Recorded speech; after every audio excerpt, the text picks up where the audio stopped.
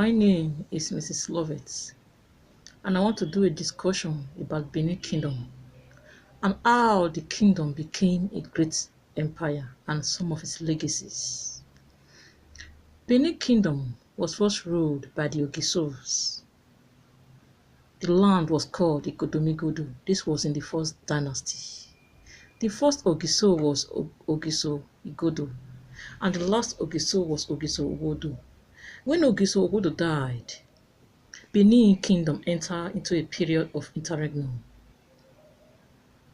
The crown prince, Ikaladera, had been banished, so there became a need for a search team to look for him to come and take over his ancestral throne, as it were.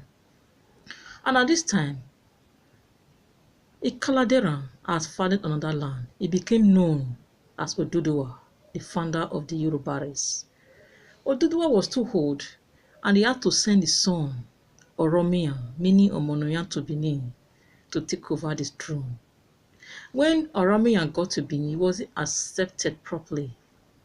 He decided to leave. But before he left, he had an affair with the daughter of Enogi of Ego, Eremida.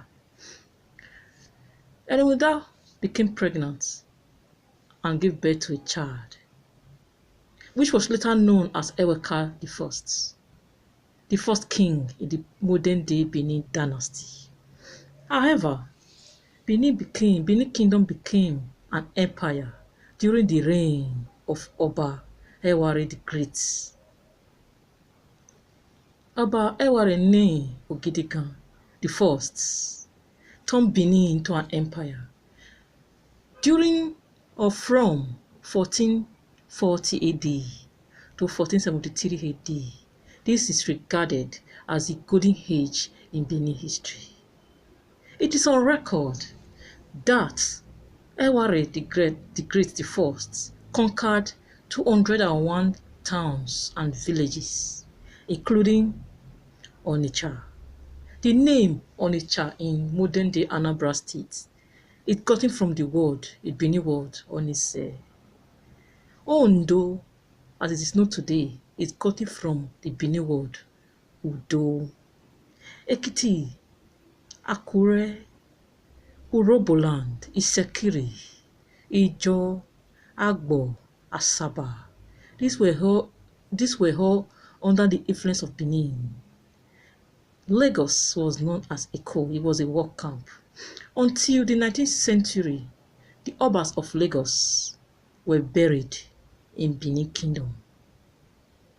Benin influence went as far as the modern-day Sierra Leone, Guinea. The Gab people, it's on record that the Gab people of Ghana migrated from Benin. Their home in modern-day Benin Republic.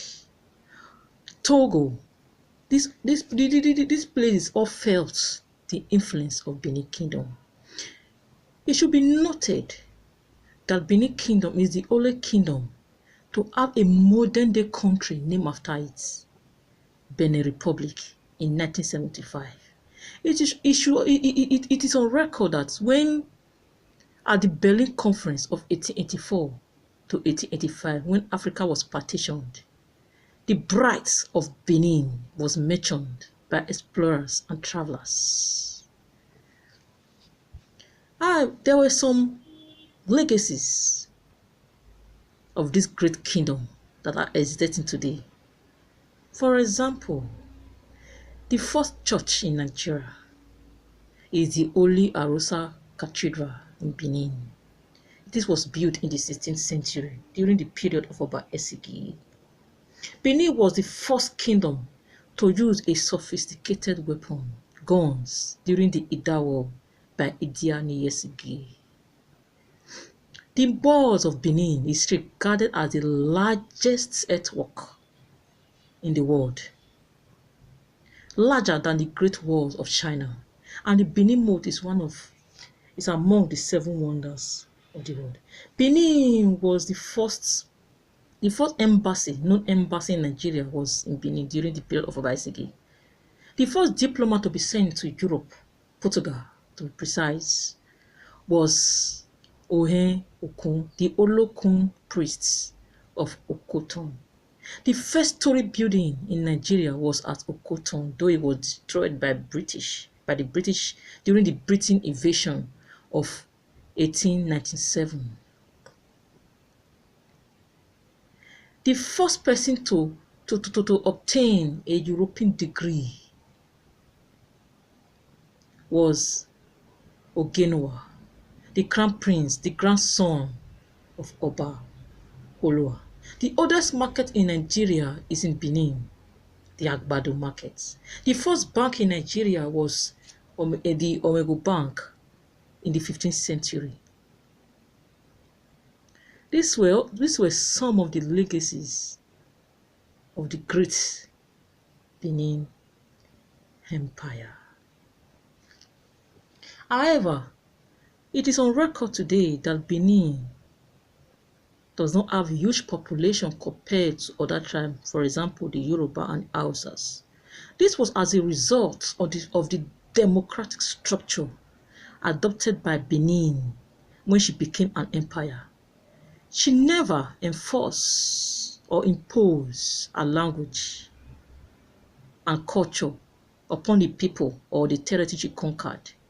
Benin Kingdom didn't adopt the policy of assimilation. Rather, she adopted the policy of indirect rule. The ruler of those vassal states paid tribute to the Oba of Benin. This is a brief summary of the greats or the legacies of the great Benin Empire. Long live Benin Kingdom. Long live Nigeria.